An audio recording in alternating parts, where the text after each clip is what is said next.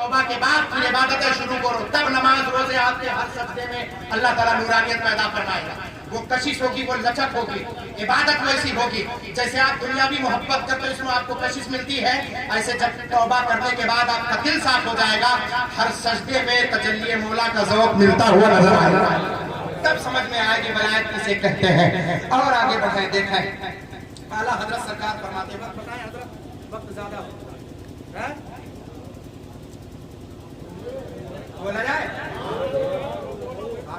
की बैठे हमें आधे घंटा नहीं अभी और तबारक अल्लाह शान तेरी आ जाए मौजूद पर, वरना ये कहेंगे कि हजरत ने आयत भी पढ़ी और तमीज़ भी बयान किया, बयान ही नहीं किया। तबारक अल्लाह शान तेरी, तुझी को ज़ेबा है बेनियाज़ी, कहीं तो वो जोशे रंदरानी, कहीं तकाज़े विसाल के थे। फिर उसके बाद चल करके फरमाते हैं नमाज़े अक़सा में था यही सिर कि हो आया माने अव्वलो आखिर, कि दस्त दस्ता है पीछे हाजिर, जो सल्तनत पहले कर गए थे हज़रत आदम से ईसा अलैहिस्सलाम तक सल्तनत कर गए, लेकिन जब मस्जिद अक़सा में नमाज पढ़ाने की बारी आई तो आदम अलैहिस्सलाम से ईसा तक सोच रहे आगे बढ़े कौन। किसी ने कहा आदम बढ़ेंगे, मगर आदम ने कहा मैं नहीं, जो मेरा अस्ल है वो आज आगे बढ़ेगा, जो मेरा अस्ल है वो आगे बढ़ेगा। पूछा अस्ल कौन है, अव्वल कौन है, इब्तिदा कौन है, तो कहा वही है अव्वल, बोलो बोलो बोलो, वही है अव्वल, वही है आखिर, वही है जाहिर, वही है बातिन, अमा उसी के चलवे उसी से मिलने उसी से उसकी तरफ उसी के जलवे उसी से मिलने उसी से उसकी तरफ गए थे। अब एक शेर में देता हूँ समाप्त करो, कमाने इनका के झूठे नुक्तों तुम अव्वल आखिर के फेर में हो, कमाने इनका के झूठे नुक्तों। ज्योमेट्री जितने लोग जानते होंगे वहां पर बैठे पढ़े लिखे अगर होंगे तो जानते होंगे, कोई दायरा बनाया जाता है, कभी कभी उस दायरे को आधा बनाया जाता है जिसको कुरैन निस्फ कहा जाता है, कुरैन निस्फ कहा जाता है। आधा बनाओगे तो एक तरफ ये इब्तिदा होगा जहां से घुमाना शुरू करोगे, हमारा ज्योमेट्री वो जो गोल दायरा बनाते नहीं और अक्टर के निशान ऐसे बनाते हैं गोल दायरा, उसी की बात हो रही। ज्यादा आप जहन में प्रेशर मत डालें कि ज्योमेट्री हजरत कौन से इल्म को बयान कर रहे हैं, मैं बिल्कुल आसान से लहजे में करके बताया दे रहा हूँ। जब गोलाई आप बनाएंगे तो गोलाई बनाने में जहां से शुरू करेंगे आधे तक लाएंगे, तो जहां से आपने शुरू किया वो आपकी इब्तिदा होगी और आधे तक पहुंचेंगे तो आपकी वो इंतहा होगी। ये शुरू हुआ वो आखिर हुआ, ये इब्तिदा वो क्या कहते हैं इंतहा, ये अव्वल वो आखिर। लेकिन उसे घुमाकर फिर वहीं लाकर मिला देता। बैल कोल्हू चलता हो, चला रहा हो कोल्हू में, और गन्ने की ड्राई आप कर रहे हो, तो कोई बता सकता कहां से शुरू किया कहां पे खत्म किया? कोई बता सकता है? वो चल रहा हो तो कहां से चलना शुरू किया कहां पे खत्म किया? वो तो सब पूरा नजर आएगा। ऐसे गोल दायरा जब बना दिया जाता है तब उसके बाद वो मुहीत जो होता है इहाता कर लेता है, तब गोल दायरे में पता नहीं चलता है। या आपकी अक्ल हैरान है कि प्यारे मुस्तफा जमीन से आसमान तक गए कैसे, ये दुनिया वालों की अक्ल हैरान है कि यहाँ से लेकर अर्श तक गए कैसे। अरे अर्श पर जाना ये उनका कमाल नहीं है, बल्कि वहीं से आए थे वहीं गए थे। उससे पहले आला हज़रत सरकार ने फरमा दिया कि वही है अव्वल, वही है आखिर, वही है जाहिर, वही है बातिन, उसी के चलवे उसी से मिलने उसी से उसकी तरफ गए थे। इसी टांका को समझने की कोशिश करो। फरमाते कमाने इनका के झूठे नुक्तों तुम अव्वल आखिर के फेर में हो। अरे मुहीत की चाल से तो पूछो किधर से आए किधर गए थे।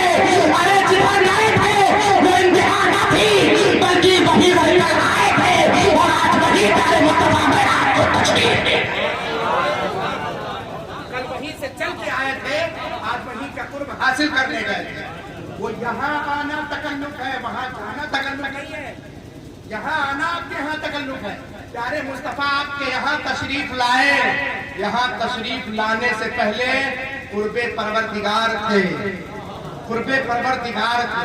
अल्लाह ताला ने हमें देखने के खातिर प्यारे मुस्तफा के जलवे के खातिर इस रूए जमीन पर भेजा था। जब दीदार का लम्हा कुछ इंतजार में पहुंचा, इंतजार में पहुंचा, तब उसके बाद जिब्रील अमीन को भेजा, जिब्रील जाओ मैं अपने महबूब को देखने का मुश्ताक हूं। तो एक बात बताओ, घर को जाना ज्यादा आसान है या घर से ज्यादा जाना आसान? आप कहीं सफर में जा रहे हो, कोई बंदा कहीं मुंबई नहीं गया हो तो आप बताएं उसका मुंबई जाना मुश्किल है कि नहीं मुश्किल है? ठीक है ना। तो मुंबई से आना हो घर की तरफ तब ये मुश्किल है? नहीं मुश्किल है ना, क्योंकि उसका घर तो इब्तिदा ही है, वो घर से गया ही है। घर आना किसी का मुश्किल नहीं होता है, पहले मरकज में आना किसी का मुश्किल नहीं होता है। मैं आपसे पूछना चाहता हूँ, अबे टगरिया के मुसलमानों मुझे बताओ, हजरत जिब्रील अलैहिस्सलाम से जब प्यारे मुस्तफा ने पूछा था, ऐ जिब्रील तुम अपनी उम्र बताओ, ये सवाल आपके ज़हन में हजारों मर्तबा आपने सुना होगा। तो कहा था कि या रसूल अल्लाह मुझे हदमी तौर पे पता नहीं, बस चौथे हिजाब पर एक सितारा चमका करता था 70,000 मरतबा, 70,000 साल के बाद एक मरतबा चमकता था, 72,000 मरतबा उसको चमकते हुए देखा यही ना। अब उसकी मैं तशरीह करूं तो बहुत ज्यादा वक्त लग जाएगा, लेकिन मैं चाहता हूँ थोड़ा सा थोड़ी तशरीह करके बता दूं ताकि बात समझ में आ जाए, ये चीज आपके जहन में आ जाए, तब मेराज मुस्तफा की हकीकत समझ में आएगी। जहन को हाजिर करें आप, हजरत जिब्रील अलैहिस्सलाम ने कहा था मौला चौथे हिजाब पर एक 70,000 साल के बाद एक सितारा चमका करता था। कितने साल के बाद? बहुत मर्तबा रवायत आपने सुना होगा, रवायतें सब सुने हैं। जितने लोग रवायत सुने हाथ उठा करके बताएं, मैं उनको देखना चाहता हूँ। आप देख रहे हैं, आप ठीक है, हाथ नीचे करें। अब मुझे बताएं उस 70,000 साल में जो साल था, साल में महीना रहा होगा, उस महीने में हफ्ता, उस हफ्ते में एक दिन, वो एक दिन कितना बड़ा था बताओ? वो एक दिन कितना बड़ा था? अगर है किसी में किताब तो बताओ, क्योंकि हजरत सैयदना जिब्रील क्या फरमाते, रायतु फिल हिजाब राबि काना नजमन यतलउ व यतलउ बाद 70,000 मर्रा रायतु इस्नैना व 70,000 मर्रा। हजरत सैयदना जिब्रील अमीन फरमाते हैं चौथे हिजाब पर मैं सितारा चमकता हुआ देखता था। और हिजाब का माना ये है, हिजाब की कैफियत ये है कि जब हिजाब पर देखा तब वो आसमान नहीं, जो लोग तर्जमा करते साथ चौथे आसमान पर, वो गलत करते हैं। उस वक्त जमीन आसमान चांद सूरज कुछ न थे। जब जिब्रील अमीन ने देखा था, न चांद न सूरज न जमीन न आसमान कुछ नहीं था। रायतु फिल हिजाब राबि, हदीस पाक उठा करके देखो, रायतु फिल हिजाब राबि, मैं चौथे आसमान पर सितारा चमकता हुआ देखा करता था। तब चौथे आसमान पर जो लोग कहते वो गलत करते हैं, यही तो मैं कहना चाहता हूँ। चौथे हिजाब पर चमकता हुआ तारा देखना चाहता था, सिर्फ पानी मौजूद था बस, जमीन और आसमान नहीं, क्योंकि पानी पर अल्लाह ताला ने जमीन का बिछौना डाला है बाद में, पानी पर जमीन का बिछौना बाद में डाला है, आसमान को बाद में, पहले पानी को पैदा फरमाया कि इस पानी के सतह पर चौथे ऊपर में देखा करता था, ऊपर हिजाब पर, आसमान पर नहीं। तब कड़रिया वाले मुझे बताओ, जमीन और आसमान चांदो सूरज जब कुछ नहीं, तब आप उम्र में पूछे तो कोई कहेगा 25 साल, कोई कहेगा 30 साल, कोई कहेगा 40 साल। ये 30 और 40 का जो आंकड़ा लगाते हो, कहाँ से लगाते हो? कहाँ से लगाते हो बोलो? आप कहोगे मोइनुद्दीन अजहरी, सुबह सूरज निकलता है, शाम को डूबता है, शाम को डूब जाता है, फिर सुबह निकलता है, 24 घंटे जब एक मरतबा सूरज गर्दिश करता है, तब एक तारीख और एक दिन मानते हैं उसको। मानते कि नहीं मानते? एक दिन मानते हैं। अब मैं परडिया वाले से पूछूंगा, है नौजवानों मुझे बताओ, उस वक्त न सूरज न चांद न जमीन न आसमान, ये गर्दिश थी ही नहीं, तो वो दिन कितना बड़ा था? हजरत जिब्रील ने 70 साल कह दिया, 70,000 साल कह दिया, पहले एक दिन तो समझो, एक दिन तो समझो पड़ेगा वालों, एक दिन समझ जाओगे तो तुम्हारे जहन का फलसफा समझ, क्या कहते हैं, महराज का पूरा फलसफा समझ, महराज का पूरा फलसफा आपको समझ में आ जाएगा। अगर एक दिन उसकी समझ गए जो हजरत जिब्रील ने अपनी उम्र बताई थी उसकी, बस एक दिन समझो, उसके बाद कुछ नहीं। अल्लामा मोहम्मद साहब किला बैठे, अल्लामा अब्दुल रहमान साहब बैठे हुए हैं, और क्या कहते हैं कारी साहब किला बैठे हुए, हाफिज साहब, और इन उलमा से पूछो वो एक दिन कितना बड़ा था। किसी के पास कोई रवायत है? कोई बता पाएगा मुझे? नहीं, आपके अंदर वो ताबी नहीं कि बता पाए। अब कैसे जानेंगे? जानने के लिए कोई रास्ता है नहीं, बल्कि कभी कभी तो स्टेज वाले भी परेशान हो जाएंगे। अगर इस मामले में ताक़ी नहीं किए होंगे तो नहीं समझ पाएंगे इस बात को। आक़ा करीम सल्लल्लाहु अलैहि वसल्लम से पूछा गया था, अब कयास के तौर पे इस हदीस पाक को पेश कर रहा हूँ और इस वजह को आप समझने की कोशिश, ताकि आपके जहन में बात बैठे। आक़ा करीम सल्लल्लाहु अलैहि वसल्लम से पूछा, या रसूल अल्लाह क़यामत का दिन कितना बड़ा होगा? क़यामत का दिन कितना बड़ा होगा? हदीस पाक आक़ा करीम सल्लल्लाहु अलैहि वसल्लम 50,000 क्या फरमाया? 50,000 साल का एक दिन होगा। यही तो फरमाया 50,000 साल का एक, दुनिया के एतबार से कितने साल का होगा? 50,000 साल का एक दिन होगा। अब भी पूछा गया हदीस पाक से, कुरान पाक से, कुरान तू बता, हदीस तू बता, वो एक दिन कयामत का जो दिन होगा उस दिन की कैफियत क्या होगी? का उस दिन की कैफियत होगी कि न तो चांद होंगे, न तो सूरज होंगे, न तो जमीन न आसमान, सब फना हो जाएंगे। हमने कहा दलील कहाँ है? कहा कुल्लु मन अलैहा फान व यबका वजहु रब्बिका दुल जलाली वल इकराम। बोलो बोलो, हाथ लगा के बोले, कुल्लु मन अलैहा फान व यबका वजहु रब्बिका दुल जलाली वल इकराम। रूए जमीन पर जितनी चीजें हैं सब फना हो जाएंगी, बाकी रहने वाली परवरदिगार की जात है, वो बचेगा बस। मैदान क़यामत चांद सूरज जमीन आसमान सब खत्म। तो जब चांदो सूरज जमीन और आसमान खत्म हो गए था, एक दिन कितना बड़ा हुआ? उस दिन का एक दिन कयामत का 50 दुनिया के 50,000 साल के मिकदार। तब मोइनुद्दीन अज़हरी पिरडिया वालों से कह रहा है, पिरडिया वालों, जब कयामत का दिन दुनिया के एतबार से एक दिन 50,000 साल के मिकदार होगा, और उस दिन की सिफत यह है कि उसमें चांदो सूरज सब फना हो गए, जमीन और आसमान फना हो गए, कुछ नहीं है। तो जब जिब्रील अमीन ने वो सितारा देखा था, तब भी तो जमीन और आसमान नहीं थे, चांदो सूरज नहीं थे, कुछ न था। तो वो एक दिन जो 70,000 साल फरमाया, उसका एक दिन यकीनन दुनिया के 50,000 साल की मिकदार होगा। दुनिया के कितने? दुनिया के कितने? 50,000 साल की मिकदार। हजरत जिब्रील अमीन ने जो उम्र बताई है कि या रसूलल्लाह 70,000 साल के बाद एक मर्तबा चमकता था, 72,000 मर्तबा उसको मैंने चमकते हुए देखा है। अब कैलकुलेट करो, मल्टीप्लाई करो, समझ में आप क्या आएगा? कितना? 4.9 नहीं 5 अरब तक हो जाता है। वैसे ऐसे ही जोड़ो तो, लेकिन उसका एक दिन जोड़ो तब, एक दिन जो जिब्रील अमीन ने शुमार किया, वो एक दिन दुनिया के 50,000 साल की मिकदार है। पिरडिया वाली बहुत ही दकीक मफहूम मैं आपको समझा रहा हूँ। शायद आपको किताबों में इस तरह से सीधा सीधा मिले ना मिले। कई किताबें, हजारों किताबें जब छान मारेंगे तब आपको जाकर ये सारे मफहूम जमा हो। इन उलमा से पूछो कि मफाहिम को जमा करते हुए कितनी किताबों का सामना करना पड़ता है। अब सहनो फिक्र को हाजिर करो, मैं आपको असली मफहूम पर ला रहा हूँ। ये सारे मफाहिम अलग कर लो और मुझे एक दिन का जायजा लेने दो। एक दिन इस दुनिया के, एक दिन उस दिन का जो हजरत जिब्रील ने देखा, वो 50,000 दुनिया के साल के मिकदार थे, 50,000 मिकदार थे। तब आए जिब्रील अमीन ये बताए, अगर मैं आपसे कहूँ, तब जिब्रील ने से पूछा है, जिब्रील जानते वो सितारा कौन था जो चमकता था? जिब्रील ने कहा, या रसूलल्लाह मुझे नहीं पता। फ़क़ाला फ़बिइज़्ज़ति रब्बी अना ज़ालिकल कौकब, मुझे मेरे रब के इज्जत की कसम, खुदा की कसम, मैं ही वो सितारा था जो ऊपर चमका करता था। आपने फरमाया मैं ही वो चमका करता था। ये तो आपने रवायत सुनी होगी, अना ज़ालिकल कौकब।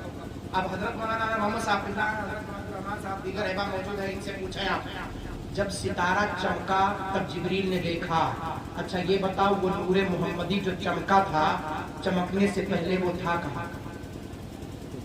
चमकने से पहले वो था कहाँ? अब यही बात मैं समझाने जा रहा हूँ।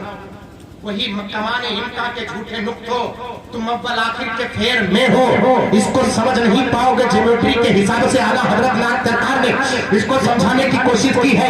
हजरत जिब्रील ने उस वक्त देखा जब अल्लाह ताला ने अपने महबूब के नूर को उफ़क़ पर जाहिर फरमाया। तब अल्लाह ताला सिर्रे कदीम है, अल्लाह ताला की जात सिर्रे कदीम है। जब सिर्रे कदीम है और सिर के माना छुपा हुआ होता है, अल्लाह ताला की जात छुपी हुई दिखती नहीं है। कोई देखा हो तो बताओ, किसी ने देखा है? नहीं देखा है। जब उसकी जात छुपी हुई है तो उसने अपने जात से अपने महबूब के नूर को पैदा फरमाया।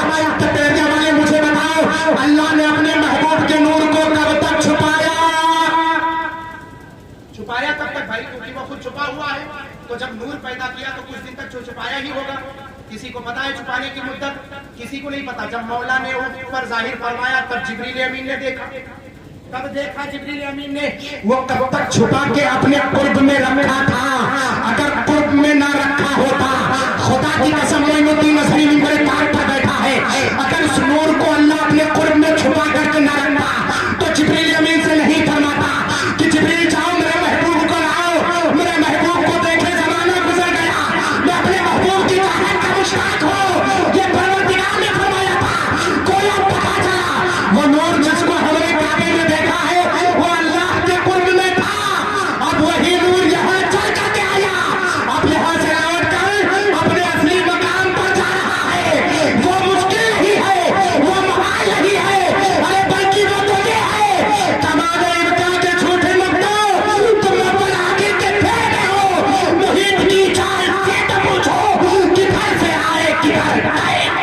नारे तकबीर, नारे रिसालत। मुश्किल नहीं कि वो आसमानों पर जाए, मुश्किल ये था कि आसमानों से कुर्बे मौला से जमीन पर आए। ये उनका सफर है। ये सफर तो सफर नहीं बल्कि ये वापसी है। हकीकत में अल्लाह ताला ने अपने नूर का, अपने जात का, जब अपने जात की बसरियत करनी चाहिए तब प्यारे मुस्तफा को पैदा फरमाया। वरना चाहा तो ये रहा था कि मेरा महबूब अपने कुर्ब में रहे, मैं महबूब के जलवों का नजारा करते। इसीलिए तो पूरी दुनिया की खूबसूरती एक तरफ, मेरे प्यारे मुस्तफा के जलवे की खूबसूरती एक तरफ, क्योंकि अल्लाह ने अपने कुर्ब में रखा और इतना मुनव्वर किया कि जब अरब वालों ने देखा तो शहजादे बरेली के ताजदार ने तड़प करके कहा, हुस्ने यूसुफ पे कटी मिस्र में अंगुष्ते जना, सर कटाते हैं तेरे नाम पे मर्दाने आरा। जलवा देखे कि वो कमाल हुस्ने हुजूर है कि गुमान नफ्स जहां नहीं, वही खूब वही फूल खार से दूर है, वही शम्मा है कि धुआं नहीं। ये प्यारे मुस्तफा की कमाल है, इसको समझने की कोशिश करो। तकरीरें सुन लेना कमाल नहीं है मुसलमानों, जान लेना सिर्फ कमाल नहीं है। कमाल ये है कि उसको समझ करके उस पर अमल करो। जब आप समझ जाएंगे तो महराज मुस्तफा आपको आसान लगेगा, फिर सख्त नहीं लगेगा कि एक पल में कैसे गए। हिंदुस्तान के शायर ने कैसे कह दिया कि एक पल में जंजीर भी हिलती रही, बिस्तर भी रहा गर्म, एक पल में सरे हर्ष गए आए मोहम्मद। ये बात उस वक्त तक नहीं समझ में आओगे। यही तो कहा था मक्के वाला अबू लहब हमसे कम पढ़ा लिखा था क्या?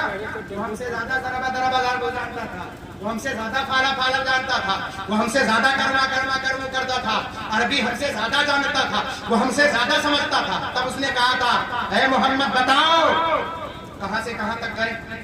कहा सुब्हानल्लाज़ी असरा बिअब्दिही लैलन मिनल मस्जिदिल हरामी इलल मस्जिदिल अक़सा, खाने काबा से मस्जिद अक़सा तक, फिर वहां से उरूज किया, और एक बात सुनो, मस्जिद हराम खाने काबा से लेकर मस्जिद अक़सा तक, बैतुल मुक़द्दस तक जो मेराज का इनकार करे वो सराहतन काफिर है।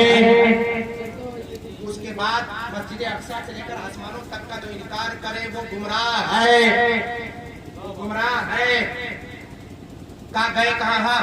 अच्छा गए वो तो सिर्फ इतना बताओ, शायद आपने सुना हो इस बात को, लेकिन तजदीदें बता कर ले, इतना बताओ मस्जिद अक़सा में खिड़कियां कितनी, पाए कितने, उसके दरवाजे कितने? आप कहीं अपने ससुराल में, अपने खानदान में, अपने क्या कहते हैं रिश्तेदार में जाते कि नहीं जाते? जाते कि नहीं जाते? मैं पूछूं बताओ तुम्हारे ससुराल में कितने दरवाजे कोई बता पाएगा? अगर दरवाजा बता पाए तो कितनी खिड़कियां बता पाएगा? कितने पाए हैं बता पाएगा?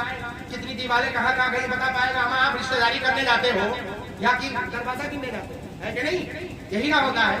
तो ये इतने बड़े नाइंसाफ थे, इतने बड़े नालायक थे, उन्होंने कहा आप बताएं कितने पाए, कितने दरवाजे, कितने उसके दरोगे हैं, कितने उस पर नुकूश हैं, ये बताएं। तारीख में अलविदाया व निहाया में अल्लामा इब्न असीर रहमतुल्लाह अलैह साफ तौर पर कितने नुकूश हैं, नुकूशे मेहराब को बताओ। आक़ाए करीम सल्लल्लाहु अलैहि वसल्लम ने आंखें बंद की, जैसे आंखें बंद की अल्लाह तबारक तआला ने जिब्रील अमीन को भेजा, जिब्रील जाओ और बैतुल मुक़द्दस मस्जिद अक़सा को ले जाकर मेरे महबूब के सामने रख दो, मेरा महबूब देखता चला जाए और काबे वालों को बताता चला जाए।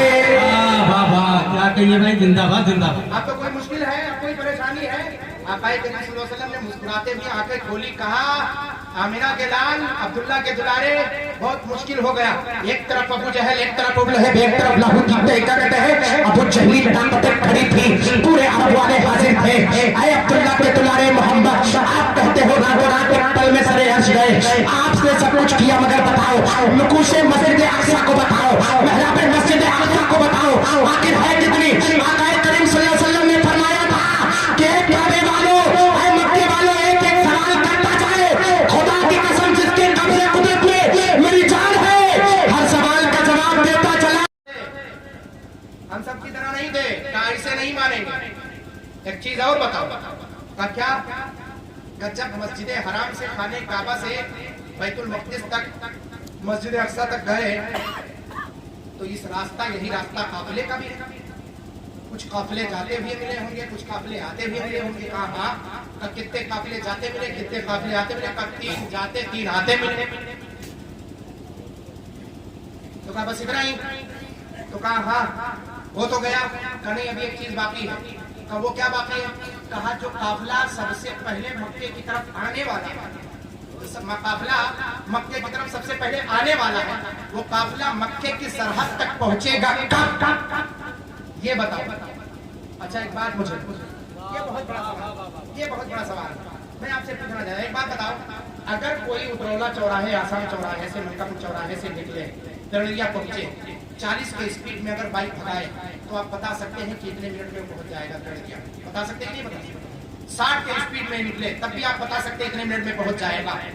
20 के स्पीड में निकले तब भी आप बता सकते हैं, लेकिन अगर पैदल चले तो बता सकते हैं कि कितने देर में पहुंचेगा? उसके रफ्तार को समझ पाएंगे कि पैदल चलने वाला धीरे धीरे चल रहा है या तेजी से चल रहा है या तेज रफ्तारी से बता पाएंगे। काफिले पहले पैदल चला करते थे। कैसे चला करते थे? पैदल चला करते थे, क्योंकि ऊंट पर वो अपने सामान को लाते थे और जो सामान तिजारत होता उसको ले जाते थे, फिर जो उस पे क्या करता उनको प्रॉफिट मिलता था, उसको ऊंट पर लाद कर लाते थे। बोलो यही तो है। जब ऊंट के ऊपर लदा हुआ तो आदमी कहां से भाई, वो भी पैदल चलते थे। तो पैदल चलने वाले काफिले की मसाफत को समझना और टाइम बताना कितने टाइम तक पहुंचेगा, ये किसी आम आदमी का कमाल नहीं है। ये ना तो पूछने वाले का कोई जवाब है, ना तो बताने वाले का कोई जवाब है। पूछने वाले बच्चे तो ही है, आप बताओ तब मानेंगे कि आप महराज गए। तो सबसे पहला काफिला जो मक्के की सरहद को आने वाला है, वो तीसरे दिन सूरज डूबने से पहले पहले मक्के की सरहद पर पहुंच जाएगा। बोलो, हाथ उठा करके बोलो। ये कौन बता रहा है? मेरे आका बता रहे। कौन बता रहा है? तो पूछ कौन रहे हैं? मक्के वाले कुफार पूछ रहे हैं, बताओ। क्योंकि उनको अंदाजना था, उनको परखना था, उनको जांचना था। तो जांचा, आका ने फरमाया तीसरे दिन। तब इन्होंने क्या किया? इनके पेट में खलबली, अबू जहल के पेट में तो पहले खलबली मची थी। आपने तुम्हारा सुना होगा कि जब आका ने महराज की खबर सुनाई थी, आका ने जब महराज की खबर सुनाई तो कहा अबू बकर ये बताओ, कोई है जो रातों रात इतने कम वक्त में आसमानों पर जाए, जमीन पर आए और तुम मान लोगे? ये बात कोई आम आदमी नहीं कर सकता। कहा किसने कहा? कहा वही जिसको तुम नबी कहते हो। कहा अरे अबू जहल तेरी मत मारी गई है, कसम खुदा की उससे बड़ी बात हम उनसे कबूल कर चुके हैं। आसमानों पर जाना आना तो एक छोटी बात है। मेरे आका ने फरमाया मौला एक है, हमने मान लिया। एक मौला को मानना ये आसान काम नहीं, जिसको देखा नहीं उसको मान लिया ये आसान काम नहीं। प्यारे मुस्तफा ने फरमाया ये अल्लाह का घर है, काबा है, मान लिया। कहा ये कलाम अल्लाह का कलाम मजीद है, मान लिया। कहा वो अल्लाह एक है, हमने मान लिया। जब इतना सब कुछ मान लिया तो आका अगर फरमा रहे हैं कि पल भर में आसमानों पर गए, जन्नत देखा, दोज़ख देखा, लौह कलम देखा, तजल्ली मौला का नज़ारा किया, सुम्मा दना फतदल्ला फकाना काबा कौसैनी औ अदना मा ज़ागल बसर व मा तग़ा। ये सारी हकीकतें देखा। कहा अबू जहल अगर प्यारे मुस्तफा फरमा रहे तो उनका फरमाना मेरे ज़मीन पर पत्थर की लकीर है। वो जब खुदा होना मान लिया, अल्लाह के घर को मान लिया और अल्लाह के कलाम को उनसे मान लिया, तो उसी जबान से महराज को नहीं मानेंगे तो छोटी बात है, तो छोटी बात है। अल्लाह अकबर। जब वहां से मुंह फेरा तब उसके पेट में और दर्द आए थे अबू बकर के पास कि ये इनकार कर देंगे अभी, लेकिन ये तो तस्दीक करते हुए नजर आ रहे हैं। अबू जहल के पेट पे सबसे बड़ा दर्द कब हुआ? जब आका के बारगाह में रवायत पहुंची, आका अबू बकर ने तो तस्दीक कर दी। कहा किस चीज की? कहा आपके महराज की। कहा वो तो मुझसे मुलाकात भी नहीं किया, उसने तस्दीक कर दी। कहा मुस्तफा तस्दीक कर दी। तो आका ने फरमाया आज से मेरे अबू बकर को अबू बकर मत कहना, बल्कि आज से मेरे अबू बकर को सिद्दीक कहना, क्योंकि महराज मुस्तफा की उसने मेरे तस्दीक करके रखे। सिद्दीक का लक़ब वहीं से मिला है हजरत अबू बकर सिद्दीक को। फिर कहा कि अब कुछ लोगों को भेजो, सुराग रसा को भेजो, जल्दी से जाओ, घोड़े पर सवार हो और देख करके वो जो काफिला आ रहा है वो काफिला अंदाजा करके बताओ कितने दिन तक मक्के में पहुंचेगा। अब उसके सुराग रसा गए, जाने के बाद आए, आने के बाद कहा कम से कम उसको 4 दिन लगेंगे। मगरिब से पहले तीसरे दिन तो कभी पहुंच ही नहीं सकते, वो रात में कभी आधी रात में, 4-5 घंटे का फर्क है, कम से कम आधी रात तक पहुंचा। काफिला जल्दी पहुंच नहीं सकता। अब इधर कुफार ढोल ताशे बजाने लगे। हजरत सैयदना अबू बकर ने किसी पूछा क्या मसला है भाई, क्या हुआ? हम लोग खुशी इसलिए मनाए तुम्हारे नबी ने झूठ बोला। कौन सा झूठ? का जो पहले का जो सबसे पहले काफिला आ रहा है वो मक्के की सरहद पर मगरिब सूरज डूबने से पहले पहले पहुंच ही नहीं पाएगा। कोई सूरत ही नहीं कि पहुंच पाए। तो हजरत अबू बकर सिद्दीक मुस्कुराए, मुस्कुराने के बाद फरमाया तीसरा दिन आने को दो, तीसरा दिन आने को दो। पहले तुम्हारे पेट में खलबली की मची है भाई, तीसरा दिन आने तो दो। 2 दिन गुजरे, तीसरे दिन तीसरा दिन जैसे आया, तीसरे दिन तमाम क्या किया, उधर से कुफ्फार है एक पहाड़ी पर चढ़े, इधर से मुसलमाना ने अहले सुन्नत है आका के जानिसार सहाबा है वो एक पहाड़ी पर चढ़े। कहां पर, किस पहाड़ी पर, जो फिलिस्तीन के वादी से चल करके रास्ता आने वाला था उसी रास्ते पर पहाड़ी पर ऊंचाई पर खड़े। एक तरफ सूरज की झलकियां है, एक तरफ सामने रास्ता है, उधर से काफिला आएगा तो दिखेगा, इधर सूरज डूबेगा तो दिखेगा। पहाड़ी से दोनों चीजें दिखाई दे रही है। अब टक्कर है, उधर कुफारान है, इधर अल्लाह के प्यारे महबूब के प्यारे सहाबा है, हजरत अबू बकर सिद्दीक है। जब देखा कि सूरज बिल्कुल करीब है, अब डूबने जा रहा है, हजरत उमर रज़ी अल्लाह तआला ने अबू बकर सिद्दीक के कानों में कहा, सिद्दीक क्या कहते हो, सूरज डूबने वाला है, दूर दूर तक कहीं काफिले का निशान नहीं है, कहीं धूल और गर्दो गुबार के निशानात भी नहीं है, क्योंकि काफिला है, कुछ लोग जहां पैदल चलते हैं वहां धूल के निशानात होते हैं, और जहां जानवर घोड़े या ऊंट चलते हैं वहां गर्दो गुबार हुआ करते हैं। कहां कोई आसारे सफर नजर नहीं आ रहा है, मगर सूरज तो बिल्कुल करीब है कि डूब जाए। हजरत अबू बकर ने प्यारे मुस्तफा के कान में रिज़ा पेश किया था, या रसूल अल्लाह सूरज डूबने को है, काफिला कहीं नजर नहीं आ रहा है, अगर सूरज डूब गया तो कुफार हमारा मजाक उड़ाएंगे। प्यारियां पूर्व जमात के मुसलमानों, मोइनुद्दीन असहरी के चोले को समाप्त करो और हदीस पाक और तारीख का जायजा लो, आपको पता चलेगा। आका ने फरमाया सूरज सुन, उंगली का इशारा करके फरमाया सूरज सुन, यहाँ हक व बातिल का फैसला हो रहा है, तू फैसला देखे बगैर अपना चेहरा छुपा लेगा। इधर हक व बातिल का फैसला हो रहा है, तू ये फैसला देखे बगैर अपना चेहरा छुपा लेगा। तेरे अंदर ये मचाल तुझे जाना नहीं है, तू रुक, पहले इस फैसले को दे, जब इधर फैसला हो जाएगा तब तुझे जाने की इजाजत है। कसम है उस खुदाए वाला शरीफ की जिसके कब्जे कुदरत में हम सबकी जान है। कई घंटों सूरज वहीं पर रुका रहा और रुक करके देखता रहा, यही वो सूरज है जो मकाम सहबा में आकर ने फरमाया था अली की नमाज कदा करवाएगा, निकल करके असर के पास आ रहा था। बोलो बोलो बोलो, आया था कि नहीं आया था, यही सूरज है। आका ने फरमाया रुक, जहां पर रुका है हक व बातिल का फैसला हो जाएगा। अब जैसे सूरज रुक गया, कुफार चाह रहे कि सूरज डूब जाए, मगर सहाबा खुशियां मना रहे हैं, नारे तकबीर और रिसालत की सदाएं बुलंद होने लगी, क्योंकि सहाबा को यकीन हो गया कि आका की उंगली उठी तो उसके सामने सूरज भी नहीं बल्कि इन उंगलियों का कमाल चलेगा। जब बचपन में इन उंगलियों की ताकत का यह आलम था कि हाथ जिस संत उठा खली कर दिया, मुझे पहले समा तेरा को सलाम, और मेरे प्यारे आका उंगली जहां पर उठाए नजर आ जाए। ही चलता था इशारों पर खिलौना नूर का, अरे चांद झुक जाता जिधर उंगली उठाते महल में। जब बचपन में आका की ताकत का यह आलम था, बोलो बोलो बोलो, जब बचपन में ताकत उंगलियों का आलम ये था, तो फिर उस उम्र में आका की ताकत का आलम क्या होगा। फरमाया सूरज लो, कई सालों तक सूरज रुका रहा, उस वक्त तक सूरज रुका हुआ जब तक काफिला मक्के की सरहद में दाखिल न हुआ। जब काफिला मक्के की सरहद में दाखिल हुआ तो आका ने फरमाया सूरज देख, इधर से जितने भी प्यारे सहाबा थे सब नारे तकबीर की सदा बुलंद कर रहे थे, मरहमम भी नबीना की सदा बुलंद कर रहे थे। कुफार की निगाहें झुक गई थी, चेहरा झुक गया था, उल्टे कदम वापस लौटे थे। तब सूरज ने कहा था या रसूल अल्लाह, आपके नूरानियत के सदके अल्लाह ने मुझे पैदा किया, अगर आपकी नहीं मानूंगा तो किसकी मानूंगा। और मेरी जिंदगी है आपके सदके में बनी है, आप जहां इशारा करें सूरज वहीं पर रुका हुआ, आप जहां इशारा कर दें सूरज वहीं पर रुकता हुआ नजर आएगा। ये मेरे प्यारे मुस्तफा की ताकत है, कहां कहां देखोगे। अब बताओ कोई शक बाकी है मेराज मुस्तफा की। वो कुफार भी पीछे पलटे, जिनका दिल मुनव्वर हो चुका था आके कदमों में आका के आके गिरे, सहाबा के सामने मान करके कहा था हुजूर हमने आपको गलत जाना था, दामन मुस्तफा में हमें भी छुपा लीजिए। तब आला हजरत सरकार फरमाते आज ले उनकी पनाह, आज मदद मांग उनसे, फिर न मांगेंगे कयामत में अगर।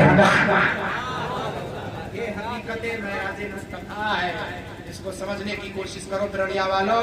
2-2, 3-3 बजे रात तक प्रोग्राम सुनना कमाल नहीं है, हजम करना कमाल है।